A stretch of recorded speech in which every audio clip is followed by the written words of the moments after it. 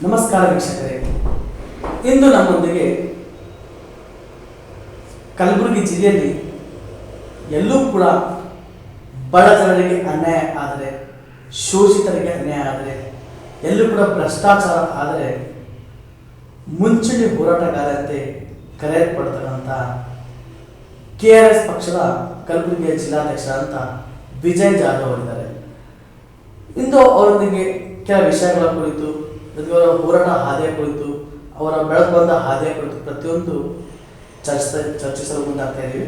ಬನ್ನಿ ಮುಂದೆ ಕಾರ್ಯಕ್ರಮ ಸ್ವಾಗತ. ಸರ್, ಕಾರ್ಯಕ್ರಮ ಸ್ವಾಗತ. ನಮಸ್ಕಾರ ಸರ್. ವಿಜಯ್ ಜಾಧವ್ ಅವರ ಮೊದಲಿಗೆ ಪರಿಚಯ ಮಾಡಬೇಕು, ತಮ್ಮ ತಂದೆ ತಾಯಿಯ ಪರಿಚಯ. ನನ್ನ ಹೆಸರು ವಿಜಯ್ ಜಾಧವ್. ನಮ್ಮ ತಂದೆಯವ್ರ ಹೆಸರು ಗೋವಿಂದ್ ಜಾಧವ್. ನಮ್ಮ ತಾಯಿಯವ್ರ ಹೆಸರು ಪಾರ್ವತಿ.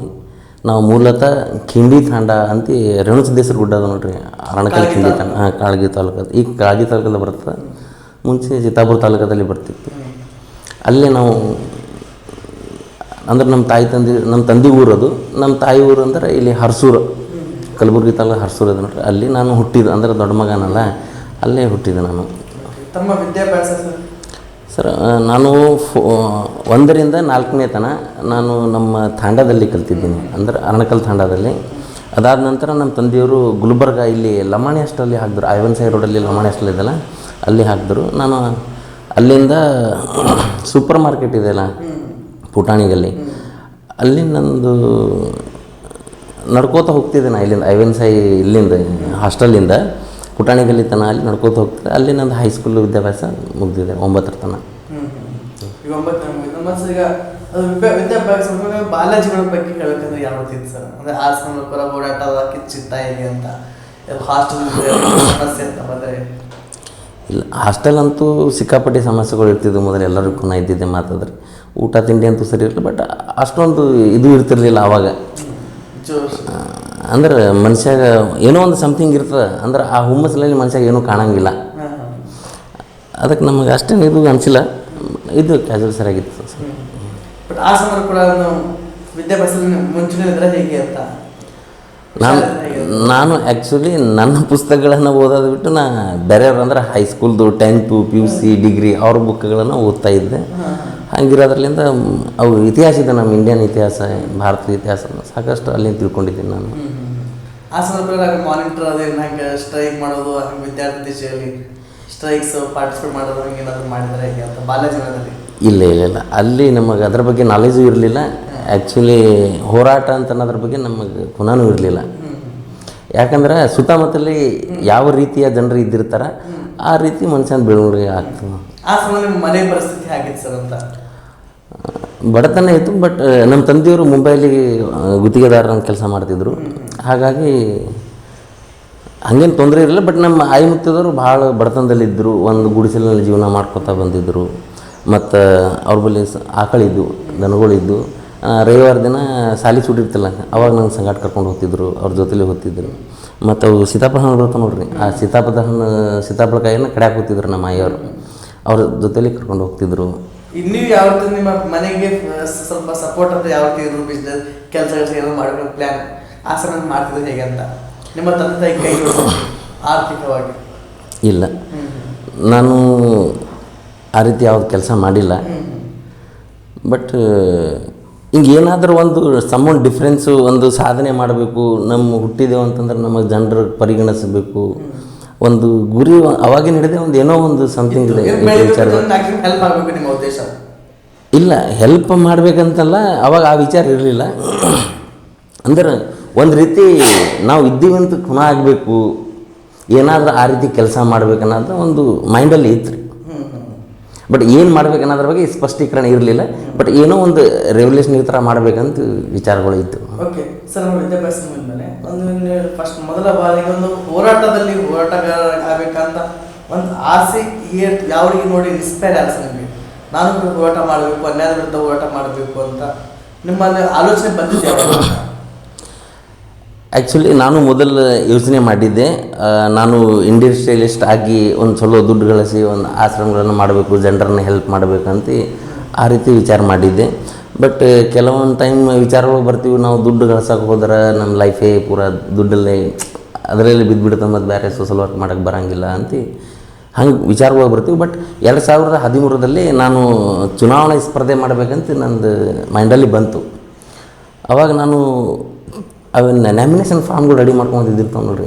ಆ ನಾಮಿನೇಷನ್ ಫಾರ್ಮ್ ರೆಡಿ ಮಾಡ್ಕೊಳಕ್ಕಾಗಿಲ್ಲ ನಂಗೆ 2013 MLA ಚುನಾವಣೆ, ಸಾರ್ವತ್ರಿಕ ಚುನಾವಣೆಯಲ್ಲಿ. ಆವಾಗ ನಾನು ಅತ್ತೆ ಇದು ಎಂಥ ಕಷ್ಟ ಕೆಲಸದಪ್ಪ ಹಾಕೋದು ಅಂತ. ಬಟ್ ಆಮೇಲೆ ಸೆಕೆಂಡ್ ಟರ್ಮ್ನ ಏನು 2018ರಲ್ಲಿ ಗ್ರಾಮೀಣ ಮತಕ್ಷೇತ್ರದಿಂದ ನಾನು ಇಂಡಿಪೆಂಡೆಂಟ್ ಅಭ್ಯರ್ಥಿಯಾಗಿ ಕಾಂಟೆಸ್ಟ್ ಮಾಡಿದೆ. ಆವಾಗ ನಾನು ಬಹಳಷ್ಟು ಕಡೆ ಊರಲ್ಲಿ ಪ್ರಚಾರ ಮಾಡ್ಕೋತ ಹೋದ್ವಿ. ಆವಾಗ ನಂಗೆ ಖುನಾಯಿತು ಅಲ್ಲಿ ಏನೇನು ಪ್ರಾಕ್ಟಿಕಲ್ ಏನೇನು ಸಮಸ್ಯೆಗಳು ಅದಾವ, ಯಾವ್ಯಾವ ರೀತಿ ಇರಬೇಕು, ಏನಿಲ್ಲ ಇರಬೇಕಂತ. ಈಗ ಭಾರತ ದೇಶದ ಸಂವಿಧಾನದಲ್ಲಿ ಎಲ್ಲರಿಗೂ ಸರಸಾಮಾನ್ಯ ಹಕ್ಕದ ನಾವು ಚುನಾವಣೆ ಸ್ಪರ್ಧೆ ಮಾಡ್ಬೋದಂತ, ಗೆದಿಬೋದು ಅಂತಲ್ಲ, ಸ್ಪರ್ಧೆ ಮಾಡ್ಬೋದು ಅಂತದ. ಹಾಗೆ ನಮಗದು ಅರ್ಥ ಆಯಿತು, ಚುನಾವಣೆ ನಿಂದಿರ್ಬೋದು, ಗೆದ್ದೋದು ಭಾಳ ಕಷ್ಟ ಅದ ಅಂತ. ಮತ್ತು 2013ರಲ್ಲಿ ಚುನಾವಣೆ ನಿಲ್ಲೋದು ಮುಖ್ಯ ಉದ್ದೇಶ ಅಂತ. ಚುನಾವಣೆ ಅಂದರೆ ಸಾಮಾನ್ಯದ ಮಾತಿಲ್ಲ, ಇನ್ನು ಸದ್ಯದ ಪರಿಸ್ಥಿತಿಯಲ್ಲಿ. ಹೌದು. ಬಟ್ 2013ರಲ್ಲಿ ಚುನಾವಣೆ ಸ್ಪರ್ಧೆ ಮಾಡಿದೆ ಅಂತ ಹೇಳಿ. ಬಟ್ ಆ ಸಮಯದಲ್ಲಿ ಮತ್ತು ತಂದೆ ತಾಯಿಯವ್ರ ಮನೆ ಸಪೋರ್ಟ್ ಯಾವ ರೀತಿ ಇತ್ತಂತ? ಇಲ್ಲ ಯಾರೂ ಮಾಡಿಲ್ಲ, ಯಾರೂ ಸಪೋರ್ಟ್ ಮಾಡಿಲ್ಲ. ಬೈತಿದ್ರು ಉಲ್ಟಾ, ಯಾಕೆ ಮಾಡ್ತಾಯಿದ್ದೆ, ಮಾಡ್ಕೊಂಡು ಉಣಕ್ಕೆ ಬರೋಂಗಿಲ್ಲೇನೋ, ಯಾಕೆ ಅವೆಲ್ಲ ಮಾಡ್ತಾನೆ ಬೈತಿದ್ರು. ಬಟ್ ನಾನೇ ಆಧ್ಯಾತ್ಮಿಕವಾಗಿ ಗುರುಗಳ ಜೊತೆಯಲ್ಲಿ ಅವ್ರ ಜೊತೆಯಲ್ಲಿ ನಾವು ಕೂಡೋದು, ಚರ್ಚೆ ಮಾಡೋದು ಅವೆಲ್ಲ ಇಂಡಿಪೆಂಡೆಂಟ್ ಪ್ರಾಕ್ಟೀಸ್ ಮಾಡಿದ್ರ? ಹೌದು ಹೌದು. ಮತ್ತು ನಂತರ 2013ರಲ್ಲಿ ಆದಮೇಲೆ ಮತ್ತು 2000 ಹೋರಾಟಗಳು ಮಾಡ್ಕೊಂಡು ಬಂದರೆ ಈಗ ಅಂತ ಆ ಸಮಯದಲ್ಲಿ? ಇಲ್ಲ, ನಂಗೆ ಇನ್ನೂ ನಾನು ಹೋರಾಟ ಹಾದಿಯಲ್ಲಿ ಬಿದ್ದಿರಲಿಲ್ಲ ಅವಾಗ. ಚುನಾವಣೆ ನಿಂತಿದ್ರಿ ಇಷ್ಟೇ? ಚುನಾವಣೆ ನಿಂತಿದ್ದೆ. ಬಟ್ ನಾ ಎಲ್ಲ ರೀತಿಯಲ್ಲಿ ನಮ್ಮ ಹೋರಾಟಗಾರರು, ಫ್ರೆಂಡ್ಸು, ಪಾಲಿಟಿಷಿಯನ್ಸ್ ಫ್ರೆಂಡು, ಆ ರೀತಿ ಎಲ್ಲ ಅವ್ರ ಕೂಡ ಜೊತೆ ಇರೋದ್ರಲ್ಲಿಂದ ಹೋರಾಟಗಳ ಏನು, ಅದ್ರ ಮರ್ಮ ಏನಿದೆ ಅಂತ ಅರ್ಥೈಸ್ಕೊಂಡೆ. ಮತ್ತು ಅದೇ ಗಳಿಗೆಯಲ್ಲಿ ರಾಮದೇವ್ ಬಾಬಾ ಅವ್ರದ್ದು ಇವ್ರದ್ದು ಅಣ್ಣಾ ಹಜಾರೆ ಅವ್ರದ್ದು ರಾಮಲೀಲಾ ಮೇಳದಲ್ಲಿ ಒಂದು ದೊಡ್ಡ ಹೋರಾಟ ನಡೆದಿತ್ತು. ಬಟ್ ಆ ಹೋರಾಟದ ಜನರು ಅವ್ರನ್ನ ಸಪೋರ್ಟ್ ಮಾಡಿದ್ರು ನೋಡ್ರಿ, ಅದು ಸ್ವಲ್ಪ ಮನುಷ್ಯನ ನನ್ನ ಮೈಂಡ್ ಚೇಂಜ್ ಮಾಡ್ತು. ಈ ಹೋರಾಟಕ್ಕಿಂತ ಶಕ್ತಿ ಅದಲ್ಲಪ್ಪ ಅಂತ. ಅವಾಗ ಸ್ವಲ್ಪ ನಾನು ಅದರಲ್ಲಿ ಡೀಪಾಗಿ ಸ್ಟಡಿ ಮಾಡೋಕ್ಕೆ ಚಾಲು ಮಾಡಿಬಿಟ್ಟೆ. ಹಾಗೆ ಮತ್ತು ನಾನು 2018 MLA ಚುನಾವಣೆ ನಂತರ ಗ್ರಾಮೀಣ ಮತಕ್ಷೇತ್ರದಿಂದ ಕಾಂಟೆಸ್ಟ್ ಮಾಡಿದೆ. ಓಡ್ ಬಿದ್ದು ಒಂದು 1100 ಓಡ್ ಬಿದ್ದು ನಾನು ಸ್ಪರ್ಧೆ ಮಾಡಿದೆ. ಮತ್ತು ಅದು ಆದ ನಂತರ ಲೋಕಸಭೆ ಚುನಾವಣೆ ಇತ್ತು, ಮಲ್ಲಿಕಾರ್ಜುನ್ ಖರ್ಗೆ ಅವರು ಮತ್ತು ಉಮೇಶ್ ಜಾಧವ್ ಅವರು ಕಾಂಟೆಸ್ಟ್ ಮಾಡಿದ್ರು. ಆ ಚುನಾವಣೆ ಕೂಡ ನಾನು ಒಂದು ಸರ್ವ ಜನತಾ ಪಾರ್ಟಿ ಕಡೆಯಿಂದ ನಾನು ಕಾಂಟೆಸ್ಟ್ ಮಾಡಿದೆ. ಆವಾಗ ನಾನು 4ನೇ ಸ್ಥಾನಕ್ಕೆ ಬಂದಿದ್ದೆ. ಆಮೇಲೆ ಅದೇ ಗಳಿಗೆಯಲ್ಲಿ ಚಿಂಚೋಳಿ ಬೈ ಎಲೆಕ್ಷನ್ ಇತ್ತಲ್ಲ, ಅವಿನಾಶ್ ಜಾಧವ್ ಅವ್ರು ನಿಂತರ, ಅಲ್ಲಿ ಕೂಡ ಕಾಂಟೆಸ್ಟ್ ಮಾಡಿದ್ದೆ ನಾನು. ಆ ಸಮಯ ಯಾವ ಪಕ್ಷದಿಂದ? ಸರ್ವ ಜನತಾ ಪಾರ್ಟಿ ಕಡೆಯಿಂದ ನಿಂತಿದ್ದೆ. ಸರ್, ನೀವು ಫಸ್ಟ್ ರಾಜಕೀಯಕ್ಕೆ ಬಂದಿದ್ದು ಯಾವ ಪಕ್ಷದ ಮೂಲಕ? ನಾನು ಇಂಡಿಪೆಂಡೆಂಟಾಗೇ ಬಂದಿದ್ದು ಮೊದಲ. ಆಮೇಲೆ ಒಂದು ಪಕ್ಷ ನನಗೆ ಫೋನ್ ಮಾಡಿದವರು, ನಮ್ಮ ಪಕ್ಷ ಕಡೆ ನಿಂದಿರಪ್ಪಾನೆ ಅಂತ. ಆ ಪಕ್ಷಕ್ಕೆ ನಾನು ಜಾಯ್ನ್ ಆಗಿದೆ. ಅವ್ರು ಟಿಕೆಟ್ ಕೊಟ್ಟರು, ನನಗೆ ಟಿಕೆಟ್ ಕೊಟ್ಟರೆ ನಾನು ಸ್ಪರ್ಧೆ ಮಾಡಿದೆ. ಆ ಪಕ್ಷದಿಂದ ನಾನು 2 ಸರ್ತಿ ಚುನಾವಣೆ ಸ್ಪರ್ಧೆ ಮಾಡಿದೆ. MP ಎಲೆಕ್ಷನ್ ಆದ ನಂತರ ನಾನು BSPಯಲ್ಲಿ ಹೋದೆ. ಒಂದು 6 ತಿಂಗಳು BSPಯಲ್ಲಿ ಕೆಲಸ ಮಾಡಿದೆ. ಅಲ್ಲಿನೂ ತಿಳ್ಕೊಂಡೆ ಬಡ ಜನರ ಸಮಸ್ಯೆ ಏನದ, ಏನು ಪ್ರಾಬ್ಲಮ್ ಅದ, ಯಾವ ರೀತಿ ಮಾಡ್ತಾರೆ ಅಂತ. ಹಾಗಾಗಿ ನಮ್ಮ ಫ್ರೆಂಡ್ ಅವರು ಇದ್ದಾರಲ್ಲ, ಸಾಹೇಬಣ್ಣ ಜಂಬದರವರು, ಅವರು ನನಗೆ KRS ಪಾರ್ಟಿ ಜಿಲ್ಲಾಧ್ಯಕ್ಷ ಮಾಡಿಬಿಟ್ರು. ಅವ್ರು ಕರ್ಕೊಂತಂದೆ ಒಂದು 6 ತಿಂಗಳು ಅವ್ರ ಪಕ್ಷದಲ್ಲಿ ಇಟ್ಟು ಜಿಲ್ಲಾಧ್ಯಕ್ಷ ಮಾಡಿದ್ರು. ಅದಾದ ನಂತರ ಅವ್ರ ಜೊತೆಯಲ್ಲಿ ಅವರೊಂದು ಅಹಿಂದ ಚಿಂತಕರ ಒಂದು ಸಂಘಟನೆ ಇದೆ, ಅವ್ರ ಜೊತೆಗೂಡಿ ಕರ್ನಾಟಕ ರಾಷ್ಟ್ರ ಸಮಿತಿ ಪಕ್ಷ ಮತ್ತು ನಾನು ಜಿಲ್ಲಾಧ್ಯಕ್ಷ ಇರುವಾಗ ಗೋಟಗರಾಮಲ್ಲಿಂದ ಹೈದರಾಬಾದ್ ಕರ್ನಾಟಕ ಮುಂಬಡ್ತಿ ಸಿಗಲಿ ಅಂತ ಪಾದಯಾತ್ರೆ ಮಾಡಿದ್ವಿ. ಇಲ್ಲಿ ಲಕ್ಷಾಂತರ ಯುವಕರು ಅಂದರೆ ಓದು ಬರೆದು ವಿದ್ಯಾಭ್ಯಾಸ ಮಾಡಿ ಮನೆಯಲ್ಲಿ ಕೂತಿದ್ದಾರಲ್ಲ, ಅವರನ್ನು ನ್ಯಾಯ ಸಿಗಬೇಕು, ಅವ್ರಿಗೆ ನೌಕರಿ ಸಿಗಬೇಕಂತ ಒಂದು ಪಾದಯಾತ್ರೆ ಹಮ್ಮಿಕೊಂಡಿದ್ವಿ ಅವಾಗ. ಮತ್ತು ಇಲ್ಲಿ ಸಾಕಷ್ಟು ಸರ್ಕಾರಿ ಅಧಿಕಾರಿಗಳಿಗೆ ಮುಂಬಡ್ತಿ ವಿಷಯದಲ್ಲಿ ಸಮಸ್ಯೆ ಆಗ್ತಿತ್ತಲ್ಲ, ಜಂಟಿಯಾಗಿ ಮಾಡಿದ್ವಿ. ಈಗ ನಿಮ್ಮ ಹೋರಾಟ, ನಿಮ್ಮ ಒಂದು ನೇತೃತ್ವ ಮೊದಲ ಹೋರಾಟ ಯಾವುದು ಅಂತ? ನನ್ನ ನೇತೃತ್ವದಲ್ಲಿ ಮೊದಲ ಹೋರಾಟ ಅಂದರೆ ಪಕ್ಷಗಳಿಗೆ ಬಂದಿದ್ದು, ಪಕ್ಷದಿಂದ ಏನು ಹೋರಾಟಗಳನ್ನು ಹಮ್ಮಿಕೊಂಡಿದೆ ಅವೇ ಹೋರಾಟಗಳು ನನ್ನ ಮೊದಲನೇ ಹೋರಾಟಗಳು. ಪಕ್ಷದ ರಾಜ್ಯಾಧ್ಯಕ್ಷರ ಆದೇಶದ ಮೇಲೆ? ಹಾಂ, ನಮ್ಮ ಪಕ್ಷ ಏನು ಹೋರಾಟ ಹಮ್ಮಿಕೊಂಡಿದೆ ಆ ಹೋರಾಟಗಳನ್ನೇ ನಾನು ಮಾಡ್ತಾಯಿದ್ದೆ. ಯಾವ ಅಂತ ಹೇಳ್ಬೋದು? ನಾವು ಬೆಳ್ತಂಗಡಿಯಿಂದ ಒಂದು ಪಾದಯಾತ್ರೆ ಅಂತ ಹಮ್ಮಿಕೊಂಡಿದ್ದರು ನಮ್ಮ ಕರ್ನಾಟಕ ರಾಷ್ಟ್ರ ಸಮಿತಿ ಪಕ್ಷವು. ಸೌಜನ್ಯ ಅವರಿಗೆ ದೌರ್ಜನ್ಯ ಆಗಿತ್ತು ನೋಡಿ 2012ರಲ್ಲಿ. ಆ ಪಾದಯಾತ್ರೆಗೆ ನಾನು ಭಾಗಿಯಾಗಿದ್ದೆ. ಇಲ್ಲಿ ಕಲಬುರಗಿ ದೊಡ್ಡ ಪ್ರಮಾಣದ ಪ್ರತಿಭಟನೆ ಮಾಡ್ತಿರ್ತಾರೆ. ಹೌದು, ಮಾಡಿದ್ದೆವು, ಪ್ರೆಸ್ ಮೀಟ್ ಮಾಡಿದ್ದೀವಿ, ಪ್ರತಿಭಟನೆ ಮಾಡಿದ್ದೀವಿ. ಮತ್ತು ಇನ್ನೂ ಒಂದು ಆಳಂದಲ್ಲಿ ಏನೋ ಭ್ರಷ್ಟಾಚಾರ ಇದು ರೋಡಿದಂತೆ KKRDB ಮುದುಗಿ ಹಾಕಿ ಒಂದು ಹೋರಾಟ ಮಾಡಿದ್ವಿ. ಅದೇ ಹಿಂದೆ ಮತ್ತು KRS ಪಾರ್ಟಿ ಜಂಟಿಯಾಗಿ ಮಾಡಿದ್ವಿ. ಅದು ಆದ ನಂತರ ಇದು ಬೆಳ್ತಂಗಡಿದು ಹೋರಾಟ ಮಾಡಿದ್ವಿ. ಮತ್ತು ಸಾಕಷ್ಟು ಏನು ಭ್ರಷ್ಟಾಚಾರ ನಡೀತಾ ಇದೆ ಅಲ್ಲಿ ಕಂಪ್ಲೇಂಟ್ ಕೊಟ್ಟು ಅವರನ್ನು ನಾವು ದಂಡನೂ ಹಾಕ್ಸಿದ್ವಿ. ಸುಮಾರು ಒಂದು 2-3 ಕೋಟಿ ರೂಪಾಯಿ ಸರ್ಕಾರಕ್ಕೆ ದಂಡ ಬರಂಗೆ ಮಾಡಿದ್ವಿ. ಹಾಂ, ಮಾಡಿಸಿ ಮತ್ತೆ ಅನೇಕ ಪ್ರೆಸ್ ಮೀಟ್ ಕೂಡ ಮಾಡ್ತಾ ಇದ್ದಾರೆ ಸರ್, ಅನೇಕ ಮಾಡ್ತಾ ಇದ್ವಿ. ಈಗ ಲಾಸ್ಟ್ ಟೈಮ್ ನಾನು ಸುಮಾರು ಒಂದು 42 ಸರ್ಕಾರಿ ಕಚೇರಿಗಳಿಗೆ ಹೋಗಿ ಫೇಸ್ಬುಕ್ ಲೈವ್ ಮಾಡೋ ಮುಖಾಂತರ ಅದು ಸರ್ಕಾರದ ಒಂದು ಆದೇಶ ಇದೆ, ಸರ್ಕಾರಿ ಅಧಿಕಾರಿಗಳು ಕೊಳ್ಳಾಗ ID ಕಾರ್ಡು, ಮೇಜಿನ ಮೇಲೆ ಒಂದು ಡಿಜಿಗ್ನೇಷನ್ ನೇಮ್ ಪ್ಲೇಟ್ ಇರಬೇಕಂತ ಬಯೋಮೆಟ್ರಿಕ್ಸ್ ಎಲ್ಲ ನಾವು ಲೈವ್ ಮಾಡಿದ್ವಿ ಫೇಸ್ಬುಕ್ ಹೋಗಿ. ಬಟ್ ಅದು ಚೆನ್ನಾಗಿದೆ. ಈಗ ಅಧಿಕಾರಿಗಳು ಕೆಲವೊಂದು ಕಡೆ ಹೋಗ್ತೀನಲ್ಲ, ಅದು ಇಟ್ಟಿದ್ದಾರೆ ನೇಮ್ ಪ್ಲೇಟು, ಇನ್ನು ಬಯೋಮೆಟ್ರಿಕ್ ಭಾಳ ಖುಷಿ ಅನ್ನಿಸ್ತು. ಇಷ್ಟೆಲ್ಲ ನೇರಾಗಿ ಮಾಡ್ತಾರೆ, ಹೆದರಿಕೆ ಕರೆಗಳು ಹಂಗೆಲ್ಲ ಬರಲ್ವ ಸರ್? ಯಾಕಂದರೆ ಡೈರೆಕ್ಟ್ ನೇರವಾಗಿ ಮುತ್ತಿಗೆ ಹಾಕ್ತೀರಾ, ಡೈರೆಕ್ಟ್ ಫೇಸ್ಬುಕ್ ಹೋಗ್ತೀರಾ, ಡೈರೆಕ್ಟ್ ಒಂದು ವಿಸಿಟ್ ಮಾಡ್ತೀರಾ, ಮಾತುಕತೆ ನಡೆಸ್ತೀರಾ? ಈಗ ಮನುಷ್ಯ ನಂಗೆ ಅನ್ಸ್ಬೋದು ನಾವು ಎಲ್ಲಿ ತಪ್ಪಲ್ಲಿ ಇಲ್ಲ, ನಾವು ತಪ್ಪಲ್ಲಿ ಸಿಗಿಬಿದ್ದಾಗ ನಾವು ಅವಾಗ ಭಯ ಅಂಜಿಕೆ ಬರ್ಬೋದು. ಯಾಕಂದ್ರೆ ನಾವು ಸಾಮಾಜಿಕವಾಗಿ ಒಂದು ಒಳ್ಳೆಯದೊಂದು ಮಾಡೋಕೆ ಹೊಂಟಿದ್ದೇವೆ ಅಂದ್ರೆ ನಮಗೆ ಯಾರನ್ನೂ ಭಯ ಇಲ್ಲ, ಭಯ ಕಾಡೋದೂ ಇಲ್ಲ.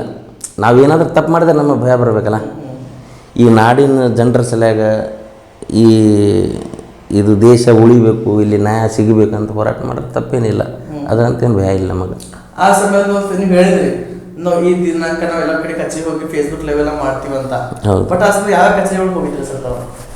ನಾನು ಎಲ್ಲ ಕಚೇರಿಗಳಿಗೆ ಹೋಗಿ, ಅಂದರೆ ಕಲಬುರಗಿ ಜಿಲ್ಲೆಯಲ್ಲಿ ಮಿನಿ ವಿಧಾನಸೌಧದಲ್ಲಿ ಎಲ್ಲ ವಿಭಾಗಗಳ ಕಚೇರಿಗಳು ಎಲ್ಲ ಕಡೆ ಹೋಗಿದ್ದೀನಿ. RC ಆಫೀಸ್ ಹೋಗಿದ್ದೀನಿ, ಜಿಲ್ಲಾಧಿಕಾರಿಗಳ ಆಫೀಸಿಗೆ ಹೋಗಿದ್ದೀನಿ, ಫುಡ್ ಡಿಪಾರ್ಟ್ಮೆಂಟಿಗೆ ಹೋಗಿದ್ದೀನಿ, ಸಬ್ ರಿಜಿಸ್ಟ್ರಾರ್ಗೆ ಹೋಗಿದ್ದೀನಿ, ಮತ್ತು KKRDBಗೆ ಹೋಗಿದ್ದೀನಿ, ಸಮಾಜ ಕಲ್ಯಾಣ ಇಲಾಖೆಗೆ ಹೋಗಿದ್ದೀನಿ, ತಹಸೀಲ್ ಆಫೀಸಿಗೆ ಹೋಗಿದ್ದೀನಿ, ಮತ್ತು ಆಲ್ಮೋಸ್ಟ್ ಸರ್ಕಾರಿ ಕಚೇರಿಗಳಿಗೆ ಹೋಗಿದ್ದೀನಿ. ಇಲ್ಲಿ PWD ಡಿಪಾರ್ಟ್ಮೆಂಟ್ ನೀವು ಹೋದಾಗ ID ಕಾರ್ಡ್ಸ್ ನಂಬರ್ ಪ್ಲೇಟ್ ಇರ್ತಿತ್ತಾ ಹೇಗೆ ಅಂತ?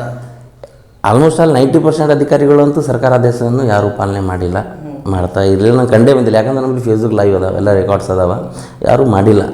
ಬಟ್ ನಾವು ಈಗ ಕಂಪ್ಲೇಂಟು ಕೊಟ್ಟಿದ್ದೀವಿ RC ಅವರಿಗೆ, ಯಾಕಂದ್ರೆ ಅವರಿಗೆ ಅವ್ರ ಕೈಯಲ್ಲೇ ಕೊಟ್ಟಿದ್ದಾರಪ್ಪ ಅವರು ಕಾರ್ಯದರ್ಶಿಗಳು, ಅವರೇ ಒಂದು ಸಮಯ ಪಾಲನೆ ಬಗ್ಗೆ. ಹಾಂ, ಅದು ಬಯೋಮೆಟ್ರಿಕ್ ಕಡ್ಡಾಯವಾಗಿ ಮಾಡಬೇಕಂತಂದ್ರೆ, ಬಟ್ ಅದು ಆದೇಶ ಇದ್ದರೂ ಕೂಡ ಇಲ್ಲ. ಕೆಲವೊಂದು ಕಡೆ ಒಂದು 4-5 ಆಫೀಸ್ ಇದೆ, 4 ಡಿಪಾರ್ಟ್ಮೆಂಟಲ್ಲಿ ಇರ್ಬೋದು, ಬಟ್ ಎಲ್ಲ ಕಡೆ ಇಲ್ಲ. ಹಾಕಿದ್ವಿ, ಒಂದು ಕಂಪ್ಲೇಂಟ್ ಸರ್ಕಾರಕ್ಕೆ ಮನವಿ ಕೊಟ್ಟಿದ್ವಿ, ಮತ್ತು RC ಅವ್ರಿಗೆ ಗಮನಕ್ಕೂ ತಂದಿದ್ವಿ. ಇದು ಕೂಡಲೇ ಎಲ್ಲ ಸಮಸ್ಯೆ ಬಗೆಹರಿಸಬೇಕಿದ್ರಲ್ಲಿ ಜನಸಾಮಾನ್ಯರಿಗೆ ಭಾಳ ತೊಂದರೆ ಆಗ್ತಾಯಿದೆ. ಅಲ್ಲಿ ದಲಾಲಿಗಳು ಯಾರು, ಅಧಿಕಾರಿಗಳು ಯಾರು ಅಂತ ಖುನಾಗ್ತಾ ಇಲ್ಲ, ಕೊಟ್ಟಿದ್ವಿ. ಮುಂದೆ ಬರ್ತಕ್ಕಂಥ ದಿನದಲ್ಲಿ ಅವರು ಸರಿಪಡಿಸಿಲ್ಲ ಅಂತಂದ್ರೆ ಮತ್ತು ಹೋರಾಟ ಮಾಡ್ತೀವಿ ಇದ್ರ ಬಗ್ಗೆ. ನೀವು ಅನೇಕ ಪಕ್ಷಗಳ ಕೆಲಸ ಮಾಡಿದ್ರ, ಬಟ್ KRS ಪಕ್ಷದಲ್ಲಿ ಕೆಲಸ ಮಾಡ್ತಾರ, ಹೇಗೆ ಅನಿಸ್ತಾ ಇದೆ ಅಂತ? ಯಾಕಂದರೆ ಅನೇಕ ಪಕ್ಷಗಳಿತ್ತು, ಬಟ್ KRS ಪಕ್ಷನ ಯಾಕೆ ಆಯ್ಕೆ ಮಾಡಿಕೊಂಡ್ರೆ ಅಂತ? ಸರ್, KRS ಪಕ್ಷದಲ್ಲಿ ದುಡ್ಡು, ಅವ ಶ್ರೀಮಂತದನಂತ ನೋಡೋಂಗಿಲ್ಲ. ಅವ ಜನಸಾಮಾನ್ಯರ ಸಲುವಾಗಿ, ದೇಶ ಸಲುವಾಗಿ, ನಾಡಿನ ಸಲುವಾಗಿ, ದುಡಿಮೆ ಸಲುವಾಗಿ ಇಚ್ಛೆ ಇತ್ತಂದ್ರೆ ಆ ವ್ಯಕ್ತಿ ಈ ಪಕ್ಷದಲ್ಲಿ ಸೇರ್ಪಡೆಯಾಗಿ ಕೆಲಸ ಮಾಡಬಹುದು ಒಂದು ಪ್ರಾಮಾಣಿಕವಾಗಿ. ಯಾಕಂದರೆ ನಮ್ಮ ಸಂಸ್ಥಾಪಕರಲ್ಲ ಶ್ರೀ ರವಿಕೃಷ್ಣ ರೆಡ್ಡಿ ಅವರು ಭ್ರಷ್ಟಾಚಾರ ವಿರುದ್ಧ ಬಹಳಷ್ಟು ಹೋರಾಟಗಳನ್ನು ಮಾಡಿದ್ದಾರೆ. ಅದೇ ನನ್ನ ಮೆಚ್ಚುಗೆ ಆಗಿರೋದು. ಯಾಕಂದ್ರೆ ಒಂದು ಒಳ್ಳೆಯ ಪಾರದರ್ಶಕತೆಯಿಂದ ಕೂಡಿರುವ ಅಧಿಕಾರ ಕೊಡಬೇಕು ಈ ನಾಡಿಗೆ, ಎಲ್ಲರಿಗೆ ನ್ಯಾಯ ಸಿಗಬೇಕು ಅಂತ ಹೋರಾಟ ಮಾಡ್ತಾ ಇದ್ದಾರಲ್ಲ, ದಟ್ ಈಸ್ ದ ಗ್ರೇಟ್. ಅದು ನಂಗೆ ಭಾಳ ಹಿಡಿಸಿತ್ತು. ನಿಮ್ಗೆ ಸಪೋರ್ಟ್ ಯಾವ ರೀತಿ ಕೊಡ್ತಾರೆ ಸರ್? ಎಲ್ಲ ಇಷ್ಟೆಲ್ಲ ಮಾಡ್ತೀರಾ, ಅಧಿಕಾರಿಗಳ ವಿರುದ್ಧ ಕಟ್ಕೋತೀರಾ, ಎಲ್ಲ ಮಾಡ್ತೀರಾ, ಬಟ್ ಪಕ್ಷ ಕಡೆಯಿಂದ ಯಾವ ಸಪೋರ್ಟ್ ಸಿಗ್ತಾ ಇದೆ ಅಂತ? ಇಲ್ಲ, ಮಾರಲ್ ಸಪೋರ್ಟ್ ಸಿಗ್ತದೆ, ಸರಿಯಾಗಿ ಮಾಡ್ತಾಯಿದ್ರಿ, ಮಾಡಿರಿ, ಇನ್ನೂ ಹೆಚ್ಚಿನದು ಮಾಡಿರಿ ಅಂತ ಹೇಳ್ತಾರೆ. ಸಾಕು, ಮನಸ್ಸಿಗೆ ಒಂದು ಅದೇ ಬೇಕಲ್ಲ ಸಪೋರ್ಟ್. ನಾವು ಮಾಡಿದ್ದು ನಿಮ್ಗೆ ಕ್ರೆಡಿಟ್ ಸಿಗ್ಬೇಕಂತ ಸರಿಯಾಗಿ ಮಾಡ್ತಾ ಇದ್ದೀರಪ್ಪ ಅಂತ ಹೇಳಿದ್ರೆ ಸಾಕು. ಮುಂದಿನ ಮತ್ತೆ ಏನೇನು ಪ್ಲ್ಯಾನ್ಸ್ ಇಟ್ಕೊಂಡಿದ್ರ ಸರ್ ಹೋರಾಟಗಳ ಬಗ್ಗೆ ನಿಮ್ಮ ಪಕ್ಷದ ವತಿಯಿಂದ? ನೀವು ಪ್ಲ್ಯಾನ್ಸ್ ಕೊಡಿ, ಏನು ಯಾವ ರೀತಿಯ ಒಂದು ನಿಮ್ಮ ಜಿಲ್ಲೆ ಆಗಿರಬೇಕು ಅಂತ? ಈಗ ಮುಂದೆ ಬರ್ತಕ್ಕಂಥ ದಿನದಲ್ಲಿ ಎಲ್ಲ ಕಲಬುರಗಿ ಜಿಲ್ಲೆಯಲ್ಲಿ ಹಳ್ಳಿಗಳಲ್ಲಿ ಏನು ಸರ್ಕಾರಿ ಕಚೇರಿಗಳು ಅದಾವ, ಅಂದರೆ PDO ಆಫೀಸ್ ಮತ್ತು ಸರ್ಕಾರಿ ಸ್ಕೂಲ್ಗಳು, ಅಲ್ಲಿ ಹೋಗಿ ಸರ್ಕಾರಿ ಆಸ್ಪತ್ರೆಗಳು, ಅಲ್ಲಿ ಹೋಗಿ ಲೈವ್ ಮಾಡ್ತೀವಿ. ಅಲ್ಲಿನ ವ್ಯವಸ್ಥೆ ಸರಿ ಅದನ, ಏನು ಸರಿ ಇಲ್ಲ, ಅಧಿಕಾರಿಗಳು ಕರೆಕ್ಟ್ ಟೈಮಿಗೆ ಬರ್ತಾ ಇದ್ದಾರಾ ಇಲ್ಲ, ಜನರಿಗೆ ಅದರಿಂದ ಅನುಕೂಲ ಆಗ್ತಾಯಿದೆ, ಏನು ಅನಾನುಕೂಲತೆ ಆಗ್ತಾಯಿದೆ ಅಂತ ಪರಿಗಣಿಸ್ತೀವಿ ಫೇಸ್ಬುಕ್ ಲೈವ್ ಮಾಡೋ ಮುಖಾಂತರ. ಈಗ ನಾವು ಇದು ಕ್ಯಾಂಪ್ ಇಟ್ಕೋತೀವಿ ಮುಂದೆ. ಓಕೆ ಸರಿ, ಮತ್ತೆ ಇನ್ನೊಂದು ಹೇಳ್ಬೇಕಪ್ಪ ಅಂದ್ರೆ ಈಗ ನೀವು ಪಿ ಆರ್ ಸೆಕ್ಷನ್ ಮತ್ತೆ ಮುಂದೆಗಳಿಗೆ ಮತ್ತೆ ಯಾವ ಚುನಾವಣೆ ಸ್ಪರ್ಧೆ ಪ್ಲಾನ್ಸ್ ಏನಾದ್ರು ಇದೆ ಹೇಗೆ ಅಂತ? ಸರ್, ಲೋಕಸಭೆ ಚುನಾವಣೆ ಸ್ಪರ್ಧೆ ಮಾಡಬೇಕಂತ ನಮ್ಮ ಇಚ್ಛೆ ಇದೆ. ಬಟ್ ಅದರಲ್ಲೇ ಪ್ರಯತ್ನ ಮಾಡ್ತೀವಿ. ಪಕ್ಷ ತೀರ್ಮಾನ ಮಾಡ್ತೇವೆ ಬಿಡಬೇಕಾ ಇಲ್ಲ ಅಂತ ನೋಡೋಣ ಮುಂದೆ ಬರ್ತಕ್ಕಂಥದ್ದು. ಸೊ ಇನ್ನು ಅನೇಕ ಜನಕ್ಕೆ ಇನ್ನು ಅನೇಕ ಕೆಲವೊಂದು ಅಕ್ರಮಗಳ ಬಗ್ಗೆ ಬಯಲಿಗೆ ತಂದಿರಿ, ಅವೆಲ್ಲ ಯಾವ ಒಂದು ಹಂತಕ್ಕೆ ಬಂದಿದೆ ಅಂತ ಅದಕ್ಕೆ ಅಧಿಕಾರಿಗಳು ಯಾವ್ದು ಸ್ಪಂದನೆ ಮಾಡ್ತಾರೆ ನಿಮಗೆ? ಆ್ಯಕ್ಚುಲಿ ಇಲ್ಲಿ ಒಂದು ವಾರ ರಸ್ತೆ ಬಯಲಿಗೆಳೆದಿರಿ. ಹಾಂ, ರಸ್ತೆ ಬಗ್ಗೆ ಎಳೆದಿದ್ದೀವಿ. ಬಟ್ ಇನ್ನೊಂದು ಇಂಪಾರ್ಟೆಂಟ್ ವಿಷಯ, ಇದು ಏನು ಕಾಲೇಜ್ಗಳಲ್ಲಿ ಏನು SC ST ರಿಸರ್ವ್ ಏನು ಇರ್ತದೆ ನೋಡ್ರಿ, ಅವ್ರಿಗೆ ಮಕ್ಕಳಿಗೆ ಫೀಸ್ ತೊಗೋಬೇಡ್ದಂತ, ಕಡಿಮೆ ತೊಗೋಬೇಕಂತದ. ಅಂದರೆ ಗೌರ್ಮೆಂಟ್ ಪೋರ್ಟಲ್ನಾಗ ಏನು ಬರುತ್ತೆ ಅಷ್ಟೇ ತೊಗೋಬೇಕಂತದ. ಬಟ್ ಆ ಕಾಲೇಜ್ದು ಏನು ಆಡಳಿತ ಶಾಖೆದವ್ರು ಅದಾರಲ್ಲ, ಹುಡುಗರು ಬಳಿ ಹೆಚ್ಚಿನ ದುಬ್ಬಾಳಿಕೆ ದುಡ್ಡನ್ನು ವಸೂಲಿ ಮಾಡ್ತಾ ಇದ್ದಾರೆ. ಅಂದರೆ 15,000 10,000 20,000 ರೂಪಾಯಿ ತೊಗೊಳ್ತಾ ಇದ್ದಾರೆ. ಹಾಗಾಗಿ ಇಲ್ಲಿ ಒಂದು ಕಾಲೇಜ್ ಇದೆ ಬಸ್ ಸ್ಟ್ಯಾಂಡ್ ಹತ್ರ, ಅವರು ಆ ಯುವತಿಯರ ಪೋರ್ಟಲನ್ನು ಬ್ಲಾಕ್ ಮಾಡಿಬಿಟ್ಟಿದ್ರು. ನಾ VC ಅವ್ರಿಗೆ ಕಂಪ್ಲೇಂಟ್ ಕೊಟ್ಟಿದ್ದೆ, ಅವ್ರಿಗೆ ನೇರವಾಗಿ ಮಾತಾಡಿದೆ. ಬಟ್ ಅವರು ಒಂದು ದಿನ ನಂತರ ಆ ಪೋರ್ಟಲ್ ಆನ್ ಮಾಡಿ ಅವ್ರು ಫೀಸ್ ತೊಗೊಂಡಿದ್ರು. ಬಟ್ ಶಾಲೆ ಕಾಲೇಜ್ಗಳದಾರ ಮಾಡ್ತಾ ಇರೋದು ತಪ್ಪಲ್ಲ, ಆ ರೀತಿ ಮಾಡಬಾರ್ದು. ಅಂಥ ವ್ಯವಸ್ಥೆ ಎಲ್ಲ ಸರಿಪಡಿಸ್ಬೇಕಂತ ನಾವು ಪ್ರಯತ್ನ ಮಾಡ್ತಾಯಿದ್ವಿ. ಮನೇಲಿ ಸಪೋರ್ಟ್ ಹ್ಯಾಕ್ ಸಿಗ್ತಿದೆ ಅಂತ? ಮನೆಯಲ್ಲಿ ಎಲ್ಲರೂ ಸಪೋರ್ಟ್ ಕೊಡ್ತಾರೆ. ಬಟ್ ನಮ್ಮ ಫ್ಯಾಮಿಲಿಯಲ್ಲಿ ಇಲ್ಲ, ಸಪೋರ್ಟ್ ಬೆನ್ನಲ್ಲಿ ಒಳ್ಳೆ ಕೆಲಸ ಮಾಡ್ತಿದ್ಯಾ ಅಂತ ಈಗ ಅವರು ಬೆನ್ ತಟ್ಟೋದಾಗಲಿ. ಈಗ ಆ್ಯಕ್ಚುಲಿ ನಮ್ಮ ಮನೆತನಕ ಅಂದರೆ ನಾನು ಒಂದು ಲಂಬಾಣಿ ಜನಾಂಗಗಳಿಗೆ ಬಿಲಾಂಗ್ ಮಾಡ್ತಿರೋದ್ರಿಂದ ಅವರಿಗೆ ಸೋಷಲ್ ಬಗ್ಗೆ ಪಾಲಿಟಿಕ್ಸ್ ಬಗ್ಗೆ ಅಷ್ಟು ನಾಲೆಜ್ ಇಲ್ಲ. ಅವ್ರಿಗೆ ಪತ್ರಿಕೆಯಲ್ಲಿ ಟಿವಿಯಲ್ಲಿ ನೋಡ್ತಾರೆ, ಅವರು ಖುಷಿ ಪಡ್ತಾರೆ ಹೇಗೆ ಅಂತ? ಖುಷಿನೂ ಪಡ್ತಾರೆ, ಬಟ್ ನಮ್ಮೆದುರು ವ್ಯಕ್ತಪಡಿಸಂಗಿಲ್ಲ, ಬೈತಾರೆ. ನಿಮಗೆ ಅನಿಸುತ್ತೆ ಸರ್, ಇಲ್ಲ ಜನ ಇಷ್ಟಲ್ಲಿ ಕೆಲಸ ಮಾಡ್ತಿದ್ದೀರಾ, ಜನ ಕೂಡ ನಿಮಗೆ ಒಂದು ಪ್ರಶಂಸೆ ವ್ಯಕ್ತಪಡಿಸ್ತಾರೆ, ಆ ಸಮಯ ನಿಮ್ಗೆ ಏನು ಅನಿಸುತ್ತೆ ಅಂತ? ಇಲ್ಲ, ನಮ್ಮ ಜೀವನದ ಒಂದೇ ಧ್ಯೇಯ ಇದೆ. ನಾನು ಹುಟ್ಟಿದ್ದೀನಿ ಅಂತಂದರೆ ನಾ ಏನಾದರೂ ಒಂದು ಕೆಲಸ ಮಾಡಬೇಕು, ಒಳ್ಳೆ ಈ ಸಮಾಜಕ್ಕೆ ಮಾಡಿ ಹೋಗ್ಬೇಕಂತ ನಮ್ಮ ಆಸೆ ಇದೆ. ಅದನ್ನು ಅದೇ ನಿಟ್ಟಿನಲ್ಲಿ ನಾವು ಕೆಲಸ ಮಾಡ್ತಾಯಿದ್ದೀವಿ ಸರ್. ಸರ್, ಇನ್ನೊಂದು ತಾವು ಕೆಲವೊಂದು ಚುನಾವಣೆ ತಡೆ ಕೂಡ ಮಾಡಬೇಕಂತ ಅದು ರಾಷ್ಟ್ರಪತಿಗಳಿಗೆ ಹೌದು ಪತ್ರ ಕೂಡ ಕೊಟ್ಟಿದ್ದೀವಿ ಸರ್. ಅದು ಏನಂತ? MLC ಚುನಾವಣೆಗಳು ಆ್ಯಕ್ಚುಲಿ ಬ್ಯಾಲೆಟ್ ಪೇಪರ್ ಮ್ಯಾಗೆ ಆಗ್ತಕ್ಕಂಥ ಚುನಾವಣೆಗಳು. ಅದರ ಮುಂಚಿತವಾಗಿ ಹೇಳಬೇಕಂದ್ರೆ ಮೈಸೂರು ಸಂಸ್ಥಾನದಲ್ಲಿ 1907 ಪ್ರಾರಂಭ ಆಗಿದ್ದಿದ್ದು ಅಪ್ಪರ್ ಹೌಸ್ ಅಂತ ವಿಧಾನ ಪರಿಷತ್. ಅದು ಆದ ನಂತರ ಒಂದು 1917 ಒಂದು ಕಂಡೀಷನ್ ಹಾಕಿದ್ರು, 10ರಿಂದ ಮಿನಿಮಮ್ 10 ಮ್ಯಾಕ್ಸಿಮಮ್ 15 ಅಂತ ಒಂದು ಕಾನೂನು ಪಾಸ್ ಮಾಡಿದ್ರು ಆ ರೀತಿ. ಬಟ್ ಅವ್ರು ಎದಕ್ಕೆ ಮಾಡ್ತಿದ್ರು ಅಂತಂದ್ರೆ, ಏನು ರಾಜರಿದ್ರು ನೋಡ್ರಿ, ಆ ರಾಜರು ಏನೇ ಒಂದು ಕಾನೂನು ಜನರ ಸಲಾಗಿ ಏನೇ ಒಂದು ವ್ಯವಸ್ಥೆ ತರಕ್ಕೆ ಚರ್ಚೆ ಮಾಡೋ ಸಲ ಅವ್ರ ಅಭಿಪ್ರಾಯ ಕೇಳೋ ಸಲಾಗಿ ಆ ವಿಧಾನ ಪರಿಷತ್ತನ್ನು ಮಾಡಿದರು. ಬಟ್ ಈ ಹೊತ್ತಿನೊಳಗೆ ಏನಾಗ್ಬಿಟ್ಟಿದೆ, ಆ ವಿಧಾನ ಪರಿಷತ್ ಚುನಾವಣೆಗಳು ರಾಜಕೀಯ ಕೈಗೊಂಬೆ ಆಗಿಬಿಟ್ಟಿದ್ದವು. ಯಾರೋ ಒಂದು ಶ್ರೀಮಂತರಿಗೆ ದುಡ್ಡು ಕೊಟ್ಟವರಿಗೆ ನ್ಯಾಮಿನೇಟ್ ಮಾಡೋದು, ಅಥವಾ ಯಾರೋ ಶ್ರೀಮಂತರಿಗೆ ಟಿಕೆಟ್ ಕೊಟ್ಟು ಅವರಿಗೆ ಗೆಲ್ಸಂತಾರ ಅಂತ ವ್ಯವಸ್ಥೆ ಮಾಡಿಬಿಟ್ಟಿದ್ದಾರೆ. ಬಟ್ ನಾವು ಹೇಳೋದು ಕ್ವಶನ್ ಏನಪ್ಪ ಅಂತಂದ್ರೆ, ಕೇಳೋದು ಆ್ಯಕ್ಚುಲಿ ಬ್ಯಾಲೆಟ್ ಪೇಪರ್ ಮೇಲೆ ಆಗ್ತಕ್ಕಂಥ ಚುನಾವಣೆಗಳಿಗೆ ಅಲ್ಲಿ ಪಾರ್ಟಿ ಸಿಂಬಲೇ ಇರೋಂಗಿಲ್ಲ. ಪಾರ್ಟಿ B ಫಾರ್ಮ್ ಯಾಕೆ ತೊಗೊಳ್ತೀರಿ ಅಂತ ಅದು ಸ್ಪಷ್ಟೀಕರಣ ಕೊಡಬೇಕು. ಅಟ್ಲೀಸ್ಟ್ ಆ ಚುನಾವಣೆ ಕೂಡ ಪಕ್ಷದ ಕೈಗೊಂಬೆ ಆಗಿಬಿಟ್ಟಿದಲ್ಲ, ಅದು ಪಕ್ಷದ ಹೊರತುಪಡಿಸಿ ಚುನಾವಣೆ ಆಗಬೇಕಂತ ನಮ್ಮ ಆಸೆ ಅದ. ಯಾಕಂದ್ರೆ ಈಗ ಸ್ಕಾಲರ್ಸ್ ಇದ್ದಾರೆ, ಯೂನಿವರ್ಸಿಟಿ ಲೆವೆಲ್ ಇಂಟೆಲೆಕ್ಚುವಲ್ಸ್ ಇದ್ದಾರೆ, ಅವರೆಲ್ಲರೂ ಆ ಚುನಾವಣೆಗೆ ಸ್ಪರ್ಧೆ ಆಗಬೇಕು. ಅದು ಟೋಟಲಿ ಒಂದು ಡೆಮೋಕ್ರಸಿಬಲ್ ಆಗಬೇಕು, ಪಕ್ಷಾತೀತ ಚುನಾವಣೆ ಆಗಬೇಕಂತ ನಮ್ಮದು ಉದ್ದೇಶ ಇದೆ. ಅದಕ್ಕೆ ಯಾವ ರೀತಿ ಸುಮಾರು 2020 ತಾವು ಹೋರಾಟ ಹೌದು ಮಾಡಿ ಸರ್. ಏನು ಯಾವ ರೀತಿ ಅನ್ನೊಂದು ಎಲ್ಲರಿಗೂ ಹಂತಕ್ಕೆ ಬಂದಿದೆ, ರೆಸ್ಪಾನ್ಸ್ ರಿಪ್ಲೈ ಇರೋದು ಬಂತ ಹೇಗೆ ಅಂತ? ನಾನು ಅದೇ ಲಾಸ್ಟ್ ಮಂತ್ ರಾಷ್ಟ್ರಪತಿಯವರಿಗೆ ಮತ್ತು ಗವರ್ನರ್ ಅವರಿಗೆ ಮತ್ತು ರಾಜ್ಯ ಚುನಾವಣಾ ಆಯೋಗಕ್ಕೆ ಮತ್ತು ಜಿಲ್ಲಾಧಿಕಾರಿಗಳಿಗೆ ಮತ್ತು ಅವ್ರಿಗೆಲ್ಲರಿಗೆ ನಾನು ಮೇಲ್ ಮುಖಾಂತರ ಕಳಿಸಿದ್ದೀನಿ. ಈ ಕಂಪ್ಲೇಂಟ್ ಕೊಟ್ಟಿದ್ದೆ, ಆ ಕಂಪ್ಲೇಂಟ್ ನನಗೆ ಎಂಡೋರ್ಸ್ಮೆಂಟ್ ಕಾಪಿ ಇರುತ್ತೆ, ಬಂದಿಲ್ಲ ಅಂತ ಈಗ ಕೊಡಬೇಕಂತ.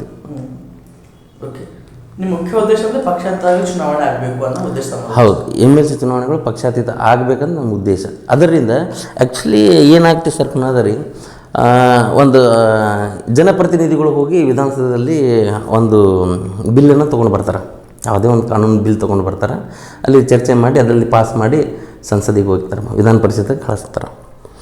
ಅಲ್ಲಿ ಆ ರೆಜುಲೇಷನ್ ಅಂತ ಬರ್ತಾರೆ. ಆ ರೆಜುಲೇಷನ್ ಪಾಸ್ ಮಾಡಬೇಕಂದ್ರೆ ಅವ್ರು ಚರ್ಚೆ ಮಾಡಿ ಅವ್ರ ಅಭಿಪ್ರಾಯ ಪಟ್ಟು ಮಾಡಬೇಕಾಗ್ತದೆ. ಬಟ್ ಇಲ್ಲಿ ಲೋವರ್ ಹೌಸ್ನಾಗ ಯಾವ ಪಕ್ಷದ ಜನರು ಹೆಚ್ಚಿಗೆ ಇದ್ದಿರ್ತಾರೆ ಅಲ್ಲಿ ಅವ್ರನ್ನ ವೋಟಿಂಗ್ ಆಗಿ ಪಾಸ್ ಆಗಿ ಮಾಡಿಬಿಡ್ತಾರೆ. ನಂದು ಉದ್ದೇಶ ಏನಿದೆಪ್ಪ ಅಂದ್ರೆ ಅವೇನು ರೆಜುಲೇಷನ್ ಪಾಸ್ ಮಾಡಾಗ ಇದೇನು ಯೂನಿವರ್ಸಿಟಿ ಲೆವೆಲ್ ಏನು ಹುಡುಗರಿದ್ದಾರೆ PhD ಸ್ಕಾಲರ್ಸ್ ಇದ್ದಾರಲ್ಲ, ಆ ನಿಮ್ಮ ಏನು ಪದವೀಧರ ಏನು ಅದಾರ ನೋಡ್ರಿ, ಆ ಏನು ಬಿಲ್ ಇದೆ ನೋಡ್ರಿ, ಆ ಬಿಲ್ಲನ್ನು ಅವ್ರಿಗೆ ಮೇಲ್ ಮುಖಾಂತರ ಅಲ್ಲಿ ಕಾಲೇಜಿಗೆ ನೀವು ಕಳಿಸ್ರಿ. ಅಲ್ಲಿ ಯುವಕರ ಅಭಿಪ್ರಾಯ ಕೇಳ್ರಿ, ಇದು ಅವ್ರಿಗೆ ಅಭಿಪ್ರಾಯ ಕೇಳ್ರಿ, ಇದು ನಮಗೆ ಇದು ಲಾ ಏನು ಕಾನೂನು ಪಾಸ್ ಮಾಡ್ತಾ ಇದ್ದಿರಲ್ಲ, ಇದು ನಮಗೆ ಯೂಸೇಬಲ್ ಅದನ ಏನು ಇಲ್ಲನ ಅಂತ ಅದ್ರ ಬಗ್ಗೆ ಒಂದು ಚರ್ಚೆ ಆಗಬೇಕಿಲ್ಲ, ಸಲಹೆ ಪಡಬೇಕು ಮತ್ತು ಅವರೇ ವೋಟಿಂಗ್ ಮಾಡಬೇಕು. ಅವಾಗ ಇದು ಈ ಪೂರ ಪವರ್ ಏನು ಆ್ಯಕ್ಟ್ ಬದಲಾವಣೆ ಮಾಡೋದೇನು ಪವರ್ ಬಂದಿರ್ತಂದ್ರೆ ಅದು ಈ ನಾಡಿನ ಜನರ ಬಳಿ ಬರ್ಬೋದು ಅಂತ ನನ್ನ ಅನಿಸಿಕೆ. ಸರ್, ಜೊತೆಗೆ ಇನ್ನೊಂದು ಏನಂತಾರೆ, ಈಗ ಅನೇಕ ಇನ್ನು ಯುವ ಸಮೂಹಗಳು ಹೋರಾಟದ ಬರ್ತಾರೆ, ಅವ್ರಿಗೆ ಏನು ಸಲಹೆ ಕೊಡೋಕ್ಕೆ ಇಷ್ಟಪಡ್ತಾರೆ ಅಂತ? ಇಲ್ಲ, ಹೋರಾಟ ಅಂತ ಅನ್ನೋದು ದಿನನಿತ್ಯ ಹೋರಾಟ ಮಾಡೇ ಮಾಡ್ತಾನೆ ತನ್ನ ಮನುಷ್ಯ ತನ್ನ ಜೀವನದಲ್ಲಿ. ಬಟ್ ಹೋರಾಟ ಅಂತನ್ನೋದು ಒಂದು ಸಾಮೂಹಿಕವಾಗಿ ಇರಬೇಕು, ಒಂದು ವಿಷನ್ ಇರಬೇಕು ಆ ಹೋರಾಟಕ್ಕೆ, ಅಂದರೆ ಯೂಸ್ಫುಲ್ ಆಗುತ್ತೆ. ವ್ಯಕ್ತಿಗತ ಯಾವುದೋ ಒಂದೇನೋ ಸಮಸ್ಯೆ ಇರೋರಿಗೆ ಹೋರಾಟ ಮಾಡೋದ್ರಲ್ಲಿ ಅಂತ ಅರ್ಥ ಇರೋಂಗಿಲ್ಲ.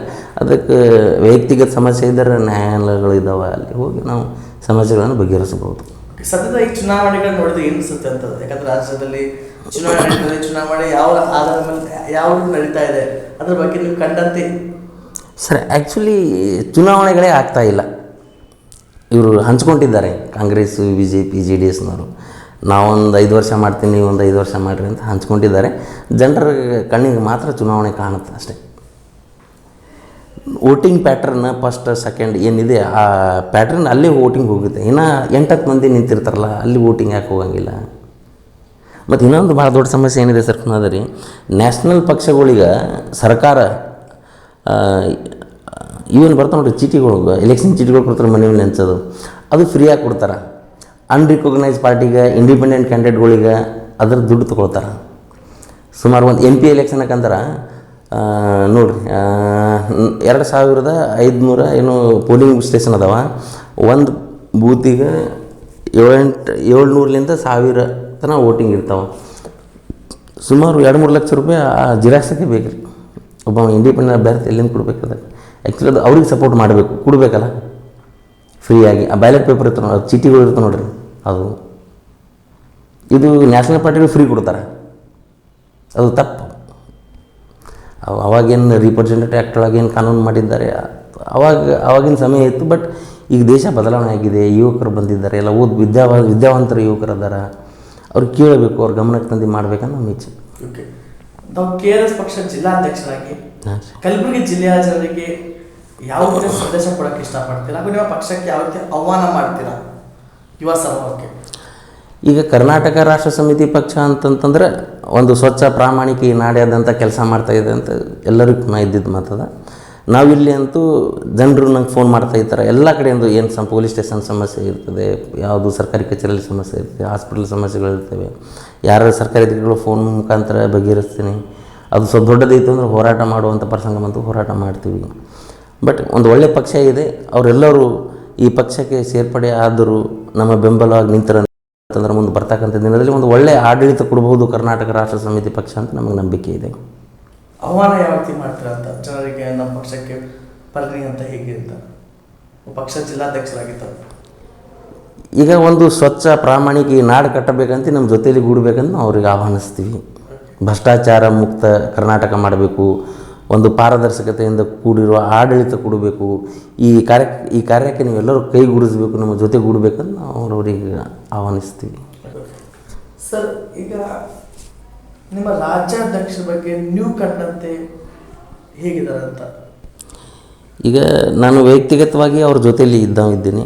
ಅವರು ನೇಚರ್, ಕ್ಯಾರೆಕ್ಟರ್, ಅವ್ರ ವೇ ಆಫ್ ಥಿಂಕಿಂಗ್ಸ್, ಸಮಾಜ ಕುರಿತಾಗಿ ಯಾವ ರೀತಿ ಥಿಂಕಿಂಗ್ಸ್ ಮಾಡ್ತಾರೆ, ಅವ್ರು ಏನು ಮಾಡಬೇಕನ್ನೋ ಇಚ್ಛೆ ಪಡ್ತಾರೆ, ಮತ್ತು ವ್ಯವಸ್ಥೆ ಯಾವ ರೀತಿ ಇರಬೇಕು, ಭ್ರಷ್ಟಾಚಾರನ ಯಾವ ರೀತಿ ಕಡಿವಾಣ ಹಾಕಬೇಕು, ಇವೆಲ್ಲ ಅವ್ರ ಬಳಿ ಒಳ್ಳೆಯ ನಾಲೆಜ್ ಇದೆ. ಮತ್ತು ಅವರು ಅದು ತಿಳ್ಕೊಂಡಿದ್ದ ಪಕ್ಷನ ಕಟ್ಟಿದ್ದು. ಆ ರೀತಿ ಅವ್ರ ಬಳಿ ವಿಚಾರಗಳು ಅದಾವಂತೆ ನಾವು ಅವ್ರ ಫಾಲೋವರ್ಸ್ ಆಗಿ ಈ ಪಕ್ಷಕ್ಕೆ ಬಂದಿದ್ವಿ. ಇನ್ನು ಹೆಚ್ಚಿನ ಜನರಿಗೆ, ನಾಡಿನ ಜನರು ಎಲ್ಲರೂ ಆ ವಿಚಾರಗಳನ್ನು ತಿಳಿದು ಈ ಪಕ್ಷಕ್ಕೆ ಸೇರ್ಪಡೆ ಆಗಬೇಕು, ನಮಗೊಂದು ಬೆಂಬಲಿತವಾಗಿ ನಿಂದಿರಬೇಕಂತ ನಾವು ಈ ನಾಡಿನ ಜನರಿಗೆ ಕೇಳ್ಕೊತೀವಿ. ಓಕೆ ಸರ್, ಅಂದರೆ ಇನ್ನೊಂದು ಮಹಾನಗರ ಪಾಲಿಕೆ ಚುನಾವಣೆಗಳು ಅಭ್ಯರ್ಥಿಗಳ ಕಣಕ್ಕಿಳಿಸಿದಿರ್ತಾವೆ ಕಲಬುರಗಿ ಜಿಲ್ಲೆಯಲ್ಲಿ. ಹೌದು, ಒಂದು 4 ಕಡೆ ಕಣಕ್ಕಿಳಿಸಿದ್ದು. ಬಟ್ ನಾ ಅವಾಗ KRS ಪಕ್ಷದಲ್ಲಿ ಇರಲಿಲ್ಲ. ನಮ್ಮ ಸಾಹೇಬಣ್ಣ ಜಮಾದಾರ್ ಅವರು ಜಿಲ್ಲಾಧ್ಯಕ್ಷರಿದ್ದರು ಅವಾಗ. ಒಂದು 4 ಕಡೆ ಚುನಾವಣೆ ಸ್ಪರ್ಧೆ ಕ್ಯಾಂಡಿಡೇಟ್ಗಳನ್ನ ಕಣಕ್ಕಿಳಿಸಿದ್ರು. ಸೈಬರ್ ಜಮದ ತಮ್ಮ ಆತ್ಮೀಯ ಸ್ನೇಹಿತರು ಕೂಡ ನಮ್ಮ ಪಕ್ಷದ ಒಂದು ರಾಜ್ಯ ಘಟಕದಲ್ಲಿ ಅವ್ರು ಗುರುತಿಸ್ಕೊಂಡಿದ್ದಾರೆ. ಅವರ ಹೋರಾಟ ಹಾದಿಗಳು ಬಗ್ಗೆ ಏನು ಹೇಳಕ್ಕೆ ಇಷ್ಟಪಡ್ತಾರೆ ಅಂತ? ಈಗ ಅವರು ಒಂದು ಕಾಲೇಜ್ ಮುಕ್ತಾಯಗೊಳ್ದಾದ ನಂತರ ನೇರವಾಗಿ ಅವರು ಹೋರಾಟ ಹಾದಿ ತುಳಿದು ಬಂತಕ್ಕಂಥ ವ್ಯಕ್ತಿ, ಒಳ್ಳೆಯ ವ್ಯಕ್ತಿ. ಇಡೀ ಹೈದರಾಬಾದ್ ಕರ್ನಾಟಕಕ್ಕೆ ಒಂದು 371J ಬಗ್ಗೆ ಒಂದು ಸರ್ಕಾರಿ ಅಧಿಕಾರಿಗಳಾಗಲಿ, ಇಲ್ಲಿ ಮತ್ತು ವಿದ್ಯಾಭ್ಯಾಸ ಮಾಡ್ತಕ್ಕಂಥ ಯುವಕರಾಗಲಿ ಅವ್ರಿಗೆಲ್ಲರಿಗೂ ನ್ಯಾಯ ಸಿಗಬೇಕು, ಇಲ್ಲಿ ಅವರಿಗೆ ವಿಶೇಷ ಅಧಿಕಾರ ಕೊಡಬೇಕು ಇಲ್ಲಿ ಅಂತ ಸರಿಯಾಗಿ ಹೋರಾಟ ಮಾಡ್ತಾಯಿದ್ದಾರೆ. ಬಹಳಷ್ಟು ಅವ್ರ ಹೋರಾಟದಲ್ಲಿ ನಾವು ಭಾಗವಹಿಸಿವಿ. ಒಳ್ಳೆಯ ಒಂದು ಸಾಮಾಜಿಕ ವಿಚಾರವಂತ ಉಳ್ಳ ವ್ಯಕ್ತಿ ಅದನ್ನು. ಅದಕ್ಕೆ ಕಲ್ಕೊಳ್ಳೋಕ್ಕೆ ಒಂದು ಅವಕಾಶ ಸಿಗುತ್ತೆ ಹೇಗೆ ಅಂತ. ಹೌದು, ಹೋರಾಟ ಹಾದಿಯಲ್ಲಿ ಅವ್ರ ಬಳಿ ನಾವು ಕಲ್ಕೊಂಡಿದ್ವಿ, ಸ್ವಲ್ಪ ಕಲ್ಕೊಂಡಿದ್ವಿ. ಇನ್ನು ಅವ್ರು ಕಲಿಬೇಕಾದಂಥ ಬಹಳಷ್ಟಿದೆ. ಯಾಕಂದ್ರೆ ಅವ್ರು ಸುಮಾರು ಒಂದು 8 ವರ್ಷದಿಂದ ಹೋರಾಟ ಮಾಡ್ತಾ ಇದ್ದಾರೆ, ಇದೇ ಹೋರಾಟದಲ್ಲಿದ್ದಾರೆ. ಬಟ್ ನಾ ಯಾವುದೇ ಸಂಘಟನೆ ಆಗಲಿ ಹೋರಾಟ ಸಮಿತಿಗಳಲ್ಲಿ ನಾನು ಅದರಲ್ಲಿ ಭಾಗವಹಿಸಿಲ್ಲ. ನಾ ಪಕ್ಷ ಮುಖಾಂತರನೇ ಹೋರಾಟಗಳನ್ನು ಮಾಡ್ತಾ ಇದ್ದೀನಿ. ಒಳ್ಳೆ ಕೆಲಸ ಕೊಡ್ತಾವೆ ಮಾಡ್ಕೊಂಡು ಬರ್ತಿದ್ರು ಸದ್ಯದಲ್ಲಂತೂ. ಇಲ್ಲ, ಹೋರಾಟ ಹಾದಿಯಲ್ಲಿ ಬಂದು ಸುಮಾರು ಕಡಿಮೆ ಅವಧಿ ಆಯಿತು. ಆ ಅವಧಿಗೆ ಒಂದು ಅನೇಕ ಹೋರಾಟಗಳು ಮಾಡ್ಕೊಂಡು ಬಂದಿರ್ತಾವೆ. ಮಾಡೀವಿ ಸರ್. ನೋಡ್ರಿ, ಎಲ್ಲಿ ಭ್ರಷ್ಟಾಚಾರ ಆಗ್ತಾ ಇದೆ, ಎಲ್ಲಿ ತಪ್ಪು ನಡೀತಾ ಇದೆ, ಅಲ್ಲಿ ನಾವು ಪ್ರೆಸೆಂಟ್ ಆಗಿದ್ದಿರ್ತೀವಿ ಅವ್ರಿಗೆ ಸೇರೆ ಹಾಕೋಕ್ಕೆ. ಬಟ್ ವ್ಯವಸ್ಥೆ ಬದಲಾಗಬೇಕು ಸರ್. ಎಷ್ಟು ದಿನ ಅಂತ ಮತ್ತು ಹಳೆಯ ರಾಗನೇ ಹಿಡ್ಕೊಂಡು ಕೂಡ್ತೀರಾ? ಒಂದು ಹೊಸ ಆಲೋಚನೆ, ಒಂದು ಹೊಸ ಪಕ್ಷ, ಒಂದು ಹೊಸ ಯುವಕರಿಗೆ ಒಂದು ಹಾದಿ ಕೊಡಬೇಕು. ಅವ್ರ ವಿಚಾರ ಏನದವ, ವ್ಯೂ ಆಫ್ ಥಿಂಕಿಂಗ್ಸ್ ಏನದವ, ಹಳೆಯ 50-60 ವರ್ಷದ ಮುದುಕರಿಗೆ ರಾಜಕೀಯಕ್ಕೆ ತಂದು ಅವ್ರ ವಿಚಾರ ಏನಿಗೆ ಇರ್ತದೆ, ಯುವಕರಿಗೆ ತೊಗೊಂಬರ್ಬೇಕು ಅಂತ ನಮ್ಮ ಇಚ್ಛೆ. ಓಕೆ, ಯುವಕರು ಮುಂದೆ ಬಂದ ಪಕ್ಷದವ್ರಿಗೆ ಸ್ಥಾನಮಾನ ಸಿಗುತ್ತಾ ಹೇಗೆ ಅಂತ? ಖಚಿತ. ಈಗ ಆ್ಯಕ್ಚುಲಿ TP ZP ಚುನಾವಣೆ ಮಾಡ್ತಾ ಇಲ್ಲ ಸರ್ಕಾರ. ಚುನಾವಣೆ ಏನು ಪ್ರಾರಂಭ ಆಯ್ತು ಅಂದ್ರೆ ನಮ್ಮ ಪಕ್ಷ ಕಡೆಯಿಂದ TP ZP ಚುನಾವಣೆ ಸ್ಪರ್ಧೆ ಮಾಡೋಕೆ ಅವ್ರಿಗೆ ಅವಕಾಶ ಕೊಡ್ತೀವಿ. ಯಾರು ಸಮಾಜಕ್ಕಾಗಿ ಹೋರಾಟ ಮಾಡೋರು ಅಥವಾ ಒಂದು ಒಳ್ಳೆ ಪ್ರಾಮಾಣಿಕವಾಗಿ ಆಡಳಿತ ಕೊಡುವಂಥ ಇಚ್ಛಕರು ಇರೋ ಯುವಕರಿಗೆ ನಾವು ಅವಕಾಶ ಕೊಡ್ತೀವಿ. ಖಂಡಿತ ನಮ್ಮ ರಾಜ್ಯಾಧ್ಯಕ್ಷರೂ ಇದಕ್ಕೆ ಬೆಂಬಲಿತವಾಗಿ ನಿಂತಿರ್ತಾರೆ ಅಂತ ನಮ್ಮ ನಂಬಿಕೆ ಇದೆ. ಧನ್ಯವಾದಗಳು ಸರ್. ನಮಸ್ಕಾರ. ನೋಡಿದ್ರೆ ವೀಕ್ಷಕರೇ, ವಿಜಯ್ ಜಾಧವ್ ಅವರು ಇಲ್ಲಿವರೆಗೂ ಹೇಳಿದ್ರು, ತುಂಬ ಕಾಲೇಜುಗಳ ಹೇಳಿದ್ರು, ಅವ್ರ ಜೊತೆ ಅವರು ವಿದ್ಯಾಭ್ಯಾಸ ಬಗ್ಗೆ ಹೇಳಿದ್ರು. ಅದ್ರ ಜೊತೆಗೆ ಅವರು ಒಂದು ರಾಜ್ಯದಲ್ಲಿ ಏನಾದರೂ ಬದಲಾವಣೆ ತರಬೇಕು ಎಂಬ ಉದ್ದೇಶದಿಂದ 2 ಬಾರಿ ಸ್ವಾತಂತ್ರ್ಯ ಅಭ್ಯರ್ಥಿಗಳು ಚುನಾವಣೆ ಸ್ಪರ್ಧೆ ಮಾಡಿದ್ರು. ಜೊತೆಗೆ ಒಂದು ನಂತರದಲ್ಲಿ ಆ ಚುನಾವಣೆಗಳ ಸ್ಥಿತಿಗತಿ ಅರಿತು ನಂತರದಲ್ಲಿ ಒಂದು ಈ ನಮ್ಮ ಜನರಿಗೆ ಏನೊಂದು ನನ್ನಿಂದ ಆಗಬೇಕು, ಸಹಾಯ ಮಾಡಬೇಕು ಎಂಬ ಉದ್ದೇಶದಿಂದ ಹೋರಾಟದ ಹಾದಿಗಳು ಬಂದು ಹೋರಾಟದಲ್ಲಿ ಅನೇಕ ಒಂದು ಕಲಬುರಗಿ ಜಿಲ್ಲೆಯಲ್ಲಿ ವಿಭಿನ್ನ ರೀತಿಯ ಅನೇಕ ಹೋರಾಟಗಳನ್ನು ಮಾಡುವ ಮೂಲಕ ಒಂದು ಕಲಬುರಗಿ ಜಿಲ್ಲೆಯಲ್ಲಿ ತಮ್ಮದೇ ಆದ ಹೆಸರನ್ನು ತಾವು ಕೂಡ ಛಾಪಗೊಳಿಸಿದ್ದಾರೆ ಅಂತ ಹೇಳ್ಬೋದು. ಇಷ್ಟೊತ್ತು ನಮ್ಮೊಂದಿಗೆ ವಿಜಯ್ ಜಾಧವ್ ಪ್ರತಿಯೊಂದು ಮಾಹಿತಿಯನ್ನು ಹಂಚಿಕೊಂಡು ಇಲ್ಲಿಗೆ ಒಂದು ಕಾರ್ಯಕ್ರಮ ಮುಕ್ತಾಯಗೊಳ್ಳುವ ಸಮಯ ಆಗಿದೆ. ಮತ್ತೊಂದು ಸಂಚಿಕೆಯಲ್ಲಿ ಮತ್ತೊಬ್ಬ ಅಧಿಕಾರಿ ಮತ್ತೊಬ್ಬ ಗಣ್ಯರೊಂದಿಗೆ ಮತ್ತೆ ಬರ್ತೀವಿ. ಅಲ್ಲಿವರೆಗೂ ನೋಡ್ತಾರೆ ಆನ್ ಸ್ಪಾಟ್ ನ್ಯೂಸ್. ಧನ್ಯವಾದಗಳು. ನಮಸ್ಕಾರ.